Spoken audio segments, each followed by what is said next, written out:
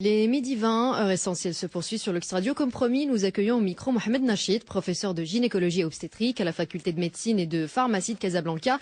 Avec lui, nous parlons tout de suite de la contraception orale et des nouvelles recommandations des instances internationales de santé en la matière. Bonjour Mohamed Nachid. Bonjour. Merci d'être avec nous. Je suis ravi.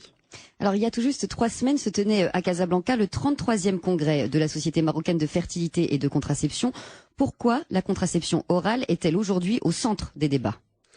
Vu ces dernières années, il y a eu une recrudescence et beaucoup de débats par rapport où il y avait des effets désirables qui ont été signalés ailleurs. On s'est dit que la contraception, elle est la cause de toutes ces anomalies et même quelques décès qui ont été signalés.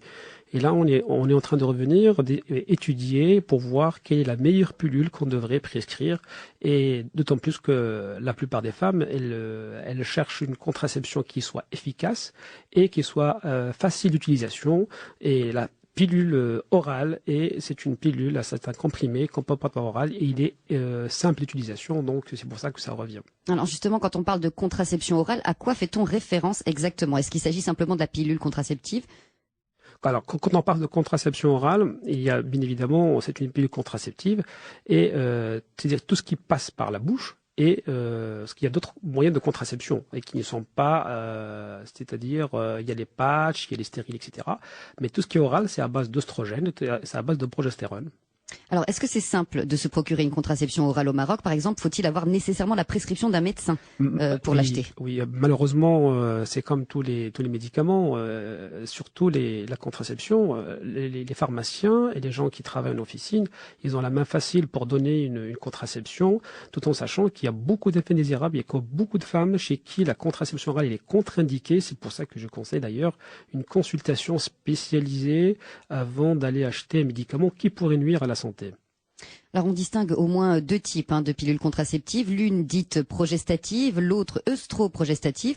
Pouvez-vous nous expliquer ce que ça veut dire et la différence qu'il y a entre les deux? Oui, alors la pilule œstroprogestative, c'est une pilule où il y a un œstrogène, en l'occurrence l'éthylèstradiol, associé à un progestatif. Et ce genre de pilule, puisqu'il y a l'œstrogène, donc il y a peut-être parfois des effets indésirables.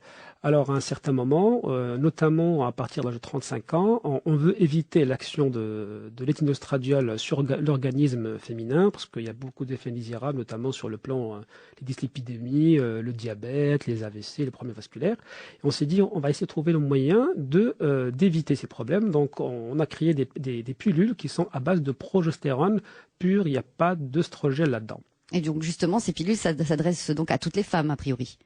En fait, il y a une pilule, c'est-à-dire qu'on peut prescrire de manière standard, mais il y a des terrains spécialisés, c'est déjà certains terrains où il faut prescrire des pilules par rapport aux d'autres, notamment par exemple chez une femme qui est tabagique et qui consomme plus de 15 cigarettes par jour, ou une femme qui est obèse avec un indice de masse corporelle qui est augmenté. Il vaudrait mieux éviter la prescription des pilules où il y a l'éthylèstradiol, notamment les oestrogènes, et prescrire et préférer les pilules à base de progestatifs. D'accord. Alors Mohamed Nachid, je rappelle que vous êtes professeur de gynécologie obstétrique à la faculté de médecine et de pharmacie de Casablanca. Les contraceptifs oraux de 3e, les pilules plutôt, de 3e et 4e génération sont aujourd'hui déconseillées par les spécialistes, en tout cas en première intention. Et quels sont les risques liés à leur consommation ? Alors, si on revient un peu sur l'historique, les pilules de 2e génération, ils ont été créés vers les années 70, et puis vers les années 80-90, on a créé des pilules qu'on appelle de 3e génération. Alors, on s'est dit, puisqu'il y avait quelques effets indésirables des pilules de 2e génération, on s'est dit on va pallier à ça, notamment le problème de saignement, les problèmes d'acné, et on a créé des pilules de 3e génération. Sauf que, avec les études et les méta-analyses qui sont faites, on a remarqué qu'il y a une augmentation du risque thromboembolique. C'est quoi? Il y a une inflammation qui va être créée au niveau des veines notamment, parfois même au niveau des artères, et peuvent donner ce qu'on appelle une embolie qui peut aller jusqu'à un accident vasculaire cérébral ou des thrombophlébites.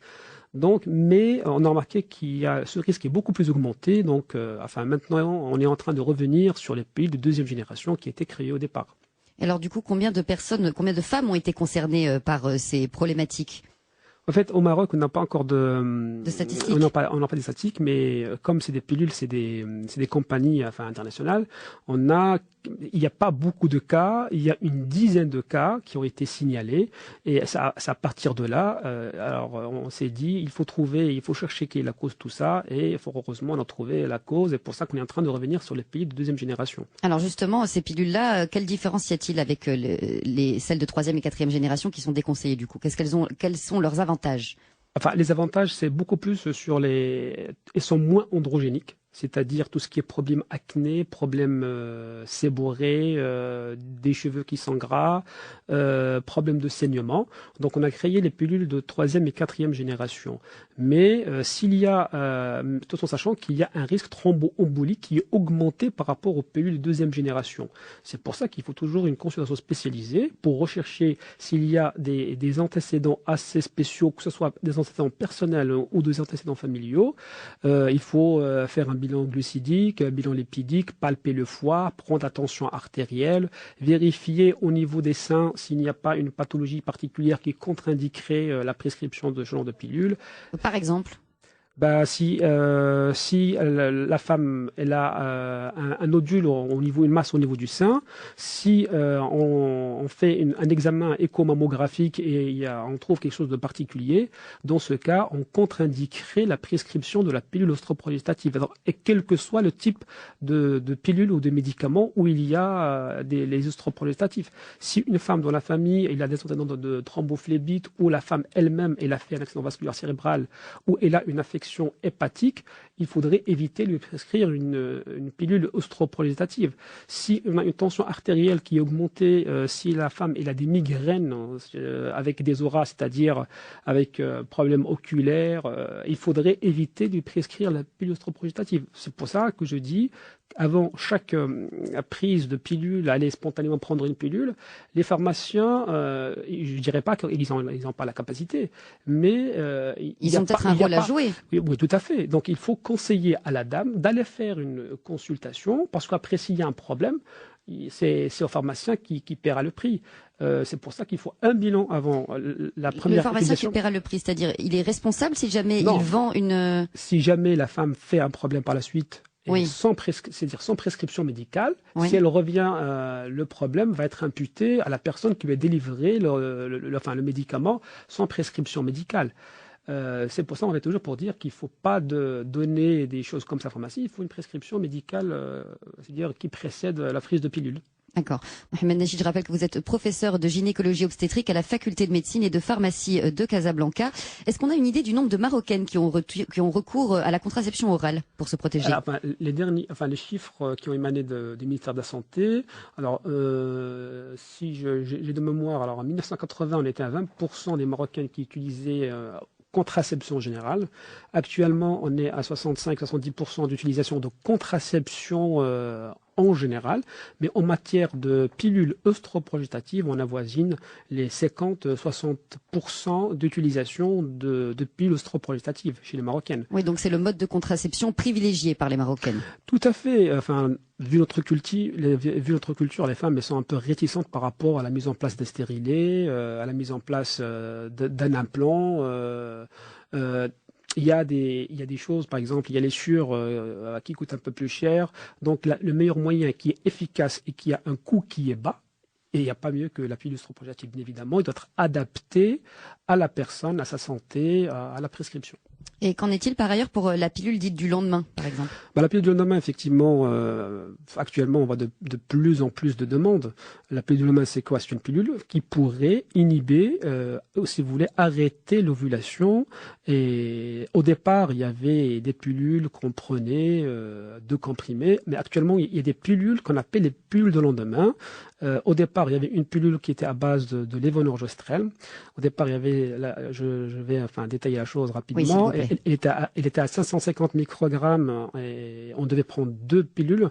Actuellement, il y en a une qui est à 1,5 et on a une certaine efficacité de 3 jours. C'est-à-dire, mais idéalement, c'est la prendre le plus tôt possible après le rapport fécondant, si on veut. Oui. Il y a une autre pilule qui vient de rentrer sur le marché et qui est à base ce qu'on appelle l'acétate de lupristal et qui a pratiquement la même efficacité, mais avec un délai de sécurité qui arrive jusqu'à 5 jours. Elle est fabriquée par un laboratoire marocain? Oui, c'est commercialisé au Maroc. Et cette pilule, donc, même s'il y a 5 jours de retard de prise de ce produit de contraception du lendemain, en tout cas, il faut pas croire que ça a une efficacité de 100%. C'est pas du tout ça. Mais une efficacité qui est très, très, très importante. Donc, s'il y a une volonté de ne pas avoir une grossesse, et à un certain moment, enfin, il y avait un rapport qui n'était pas attendu, il faut aller se la procurer à la pharmacie, appeler son médecin d'abord, et puis aller se la procurer à la pharmacie. Alors aujourd'hui, le taux de fécondité au Maroc converge vers les taux relevés par exemple en Europe. En 2013, on était à peu près à 2,17 enfants par femme. Est-ce qu'il y a une différence notable entre les villes et les campagnes ou encore entre régions par exemple? Franchement, entre régions, je ne pense pas, mais je pense, vu ce qu'on voit quotidiennement, avec le niveau socio-culturel, le niveau intellectuel, on est en train de converger vers une limitation des naissances. 2 enfants ou 3 enfants, alors que dans les zones rurales, on voit de plus en plus de natalité, il n'y a pas de limitation de naissance. D'autant plus, il n'y a pas encore de sensibilisation en milieu rural. Il y a eu sensibilisation, mais qui n'est pas encore efficace, et n'a pas encore donné ses fruits, pour dire que déjà que pour la santé de la femme, gérer 2 ou 3 enfants avec une bonne scolarité n'est pas la même chose qu'avoir 5, 6 enfants, etc. Mohamed Nachid, une dernière question pour vous. Quel combat reste selon vous à mener en matière de contraception au Maroc? Alors, en matière de contraception, moi, la seule recommandation que je donnerais aux femmes marocaines, c'est d'abord consulter avant d'aller acheter une pilule, parce que ça vous évitera des problèmes vasculaires, des problèmes de diabète, des choses qui vont se manifester. Et il faudrait également être à cheval sur la consultation chez un gynéco pratiquement semestriel pour pallier à tous les problèmes de santé de la femme. Merci Mohamed Nachid, je pense que le message est passé cette fois. Très bien, merci. On rappelle que vous êtes professeur de gynécologie et obstétrique, Mohamed Nachid, à la faculté de médecine et de pharmacie de Casablanca. Avec vous, nous avons parlé donc de la contraception orale et des recommandations des